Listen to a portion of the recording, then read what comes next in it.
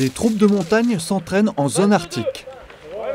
Un groupement tactique interarmes de la 27e brigade d'infanterie de montagne participe à l'exercice Cold Response en Norvège, au nord du cercle polaire.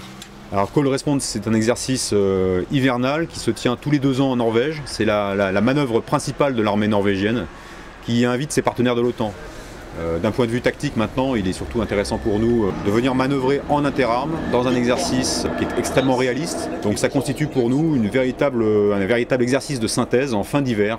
Après s'être entraîné durement dans les Alpes, on vient ici éprouver nos savoir-faire dans le combat interarmes avec nos camarades de la brigade de montagne. Ouais, donc 2 vagues, 5 CV 90, ça veut dire qu'en fait ils font du panache. Avec plus d'une semaine d'exercice non-stop sur le terrain, les hommes et les matériels sont mis à rude épreuve. Les savoir-faire prennent ici tout leur sens.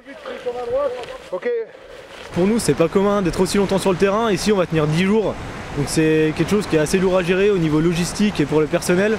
On a l'habitude quand même de partir sur le terrain, que ce soit en montagne ou sur d'autres manips, en camp, etc. Mais j'avoue que 10 jours c'est quand même assez long et c'est pas commun pour nous.